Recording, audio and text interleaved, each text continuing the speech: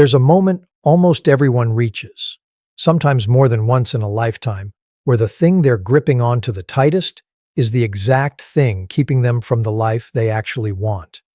Not because the grip is weak, because it's strong, strong enough to keep both hands too full to reach for anything else. Today we're talking about that grip, why letting go of it feels like the scariest thing in the world, and why, paradoxically, everything you've actually been asking for has probably been standing right there the entire time, simply waiting for your hands to finally be free enough to take hold of it. Let's start with something that needs to be said clearly, because it's the foundation of everything else in this episode. Holding on isn't always a mistake. Sometimes holding on is exactly the right thing to do. Holding on to a relationship worth fighting for, a goal worth the discomfort of pursuing, a version of yourself worth protecting during a hard season. This episode isn't about all holding on.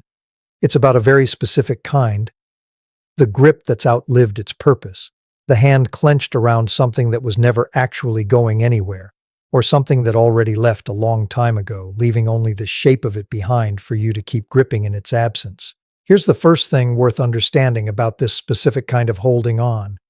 It rarely feels like holding on while you're inside it. It feels like loyalty. It feels like hope. It feels like patience, like faith, like simply waiting a little longer for something to finally turn the corner. Nobody wakes up one morning and consciously decides, today I will grip tightly onto something that isn't serving me. The grip forms slowly, one reasonable-sounding justification at a time. Just a little longer. Just one more attempt. Just until this next thing resolves. Until eventually, the grip has been there so long it no longer feels like a choice at all. It feels like identity. It feels like who you are rather than something you're doing. This is worth sitting with, because it explains why letting go often feels so much harder than logic alone would suggest it should. If holding on were simply a neutral, conscious decision, releasing it would be as easy as making a different one. But because the grip has, over time, become woven into your actual sense of self, I'm the person who never gives up. I'm the person who stays loyal no matter what. I'm the person who keeps believing even when everyone else has stopped. Letting go doesn't just mean releasing an object, a relationship, a goal, a version of a plan. It means, at least temporarily, releasing a piece of how you've come to understand who you are, and that kind of release is genuinely disorienting, regardless of how clearly you can see, intellectually, that the thing you're holding no longer deserves this much of your grip. Let's talk about the specific shapes this holding on tends to take, because it rarely announces itself with a single, obvious object. It shows up in relationships that have quietly stopped growing, where both people are simply maintaining the shape of something that used to be alive, out of history, rather than out of anything actually happening between them now. It shows up in careers or paths chosen years ago, for reasons that made sense at the time, continued now not because they still fit, but because changing course feels like admitting the years already spent were somehow wasted. It shows up in old identities, the person you were in your 20s, the plan you built your whole sense of direction around, the version of your future you'd already mentally moved into, long before life actually confirmed whether that version was ever going to arrive. And it shows up, perhaps most quietly and most powerfully, in old wounds. A disappointment, a betrayal, a version of events where you were wronged, held onto not because holding it produces anything useful, but because releasing it feels somehow like letting the person who hurt you off the hook, like agreeing that what happened to you didn't matter as much as you know it did. This particular kind of holding is worth naming specifically because it's one of the hardest to release, precisely because releasing it doesn't feel like healing. It feels, at first, like betrayal of your own past self, the one who actually lived through whatever happened and deserves better than to simply be told to move on from it. I want to say something important about why this grip, in all its various shapes, tends to cost so much more than people initially realize, because the cost isn't just the energy spent maintaining it. The actual cost is what that same energy could have been doing instead. And this is the part almost nobody calculates honestly until much later, often with real regret attached to the calculation. Every hour spent replaying an old conversation that can't be changed is an hour not spent building a new one that could be. Every ounce of hope kept alive for someone who's already shown you, repeatedly, exactly who they are, is an ounce of hope not available for someone who might actually meet it. Every year spent maintaining a career path that stopped fitting years ago is a year not spent building the skills, the relationships, the momentum towards something that would have actually fit. This is the part that matters most, and I want to say it plainly. You have a finite amount of attention, energy, and time, and every bit of it currently allocated toward gripping something that's already left, already stopped growing, already proven it isn't coming back the way you're hoping, is a bit that isn't available for something else, something that might actually be exactly what you've been asking for, standing close enough to reach, except your hands are already full. Let's talk about why this matters specifically, and not just abstractly, because I want this episode to actually change something rather than simply describing a feeling you already know intimately. There's a very specific, very human tendency to believe that the thing we want most is somewhere far away, requiring more effort, more searching, more waiting before it can possibly arrive. And sometimes that's true. Some things genuinely do require more time, more patience, more work before they're ready to appear. But an enormous amount of what people spend years waiting for isn't actually far away at all. It's close. It's available. It's been available for a while now, in some cases. The only thing actually standing between you and it is the grip you haven't released yet, occupying exactly the space, the attention, the emotional capacity that reaching for the new thing would require. I want to walk through a few specific examples, because abstraction alone rarely produces the kind of recognition that actually changes behavior.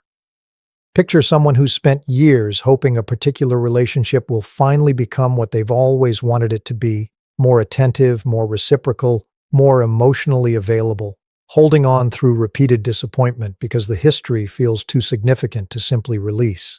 And picture, in the same life, someone else entirely, someone who's been quietly, consistently present, offering exactly the kind of attentiveness and reciprocity being hoped for elsewhere, but going unnoticed, because all the looking, all the hoping, all the emotional bandwidth is still pointed at the original relationship that's never actually going to change.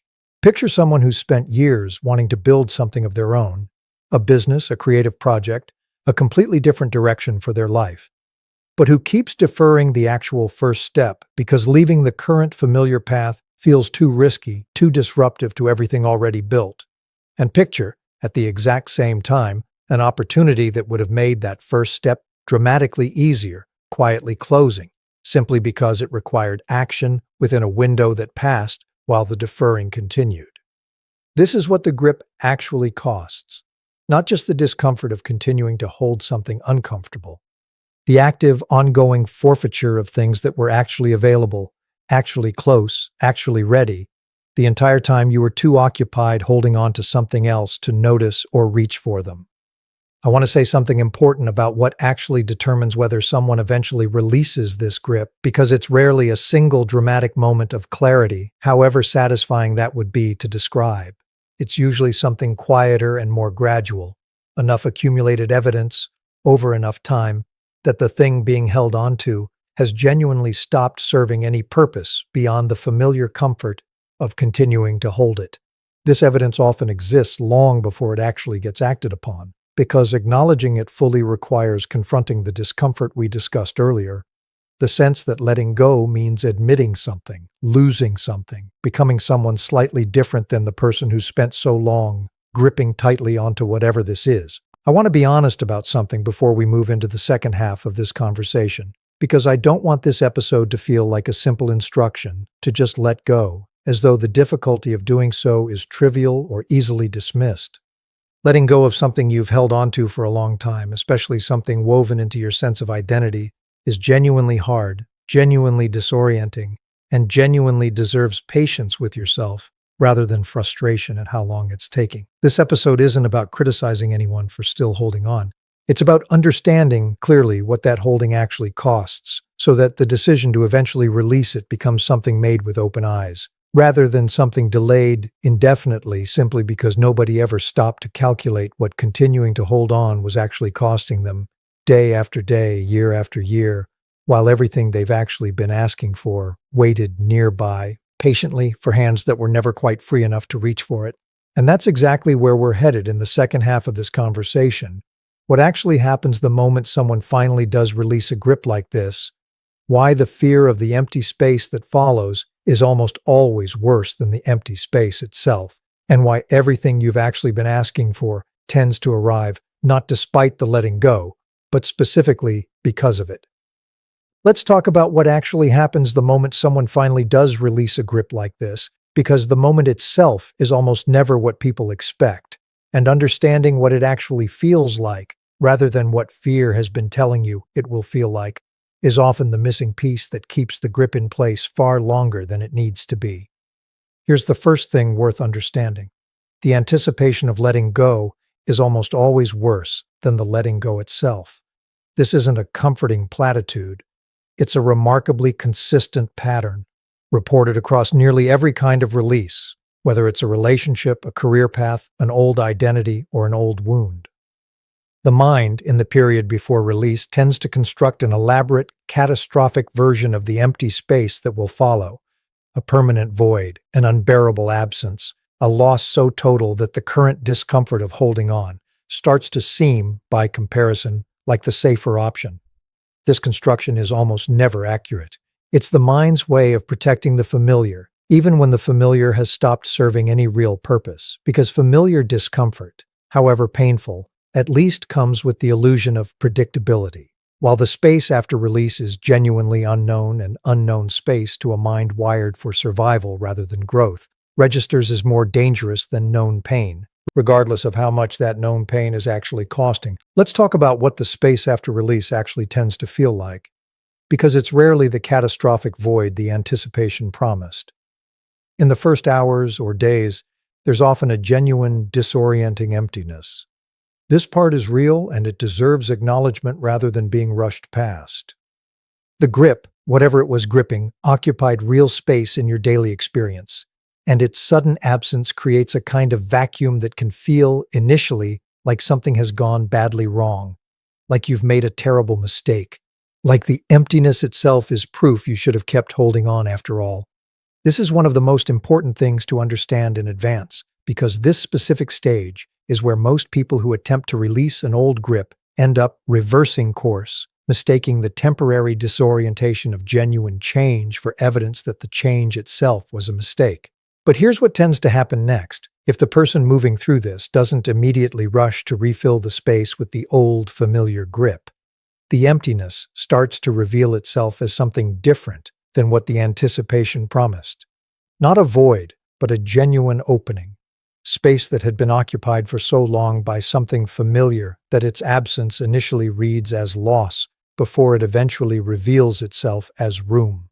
Room for attention that used to be spent elsewhere. Room for energy that used to be allocated toward maintaining something that was never actually going to change. Room, quite literally, for something new to actually enter, because the hands, for the first time in a long time, are genuinely free enough to reach for it. I want to talk about why this timing matters so much, because it explains something that confuses people constantly. Why does the thing you've actually been wanting so often seem to arrive shortly after you finally release the old grip, rather than arriving whenever you happen to want it most urgently? This isn't mystical, and it isn't really about the universe rewarding letting go in some cosmic sense. It's much more practical than that.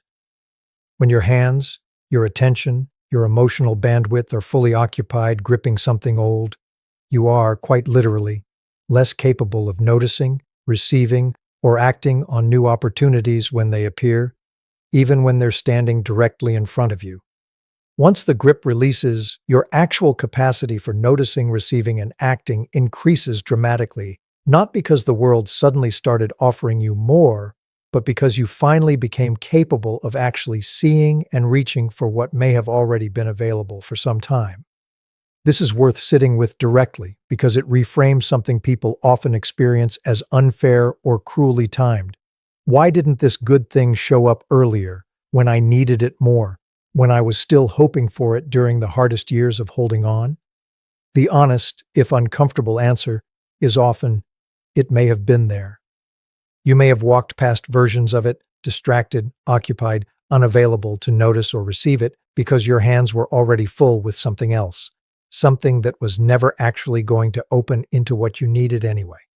The timing wasn't the world's mistake. It was simply the natural consequence of finally having the capacity to notice something that couldn't have registered clearly while your attention was elsewhere. I want to talk about what actually needs to happen practically in the space after release, because simply opening your hands isn't by itself sufficient. An open hand that immediately grabs for the next familiar thing out of the same old anxious need to always be holding something doesn't actually create the change we're describing. What actually matters is a period of genuine, if uncomfortable, openness, allowing the space to remain space for a while, resisting the urge to immediately fill it with a new attachment simply because the emptiness itself feels intolerable. This period is uncomfortable, and it's also where the real transformation actually occurs, because it's during this specific stretch of time that your own capacity for noticing what's actually available, rather than what's simply familiar or immediately accessible, has room to develop. I want to say something important about what this looks like concretely, because abstraction alone won't produce the actual behavioral shift this requires. It looks like genuinely sitting with the discomfort of a quiet evening, rather than immediately filling it with a new distraction the moment the old relationship's absence becomes noticeable. It looks like allowing a career transition to include a genuinely uncertain period, rather than rushing into the next available option simply to escape the discomfort of not yet knowing what comes next. It looks like letting an old wound remain genuinely felt for as long as it takes, rather than immediately constructing a new narrative to paper over the discomfort of having actually released the old one. In every case, the discomfort of the open space is not a sign that something has gone wrong. It's the actual mechanism by which new capacity gets built, the same way a muscle has to be genuinely stressed, genuinely uncomfortable, before it grows stronger than it was before. I want to address something honestly, because this entire episode could easily be misread as suggesting that letting go guarantees some specific, wonderful outcome will immediately follow. And that's not quite accurate or fair to promise. Releasing an old grip doesn't guarantee the exact thing you were originally hoping for will now appear in its place. Sometimes what arrives is different than what you expected, sometimes better, occasionally initially disappointing before revealing its actual value over more time. What releasing the grip does guarantee with far more consistency is capacity, the actual practical ability to notice, receive, and build toward something new, which is something the old grip, by definition, was preventing simply by occupying so much of your available attention and energy. I want to close this out by returning to something we established in the first half, because it matters as the final grounding truth underneath everything we've discussed today. This was never really about a single dramatic act of letting go, performed once and then finished forever.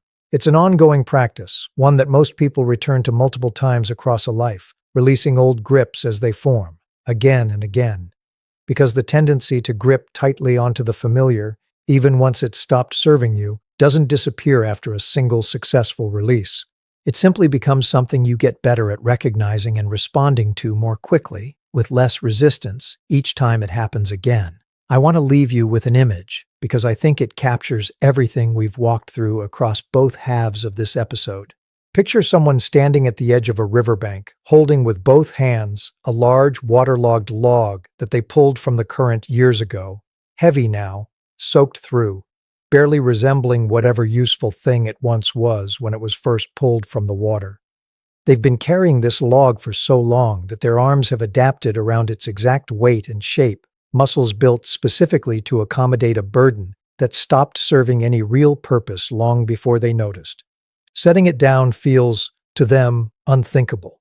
Not because the log is valuable, but because they've simply never experienced their own arms without it. And the unfamiliar lightness that would follow feels, somehow, more frightening than the exhausting, familiar weight they already know. Downstream in the same river, there's a small, simple boat, not fancy, not dramatic, but genuinely quietly capable of carrying them exactly where they've been trying to go this entire time, drifting gently along the current, close enough that a person with actually free hands could reach it without much difficulty at all. But hands full of a heavy waterlogged log cannot climb into a boat. There's no room, no capacity, no free grip left available to actually take hold of something that could carry them forward, because both hands are already completely occupied, holding on to something that stopped moving anywhere useful a long time ago. Setting the log down doesn't happen in one triumphant, effortless motion. It happens slowly, with real hesitation, real fear about what the sudden lightness in the arms will actually feel like. Real uncertainty about whether letting go means losing something important or finally releasing something that was never actually going anywhere at all. And in the moments right after it finally hits the riverbank, there's often a genuine, disorienting strangeness to arms that have forgotten, over years of accommodation, what it feels like to simply hang empty at your sides, unoccupied, unburdened, temporarily unsure what to do with all this unfamiliar freedom. But give it a little time, standing there with empty, open hands, and something becomes possible that wasn't possible even one moment earlier, while the log was still being held. The boat, drifting steadily along the current this entire time, patient, unhurried, exactly where it's always been, finally becomes reachable. Not because it moved closer, because the hands, for the first time in longer than anyone standing there could quite remember, finally became free enough to actually take hold of it. Everything you've actually been asking for has very likely been drifting along patiently, somewhere close enough to reach this entire time. It was never hiding from you, and it was never punishing you by staying just out of reach.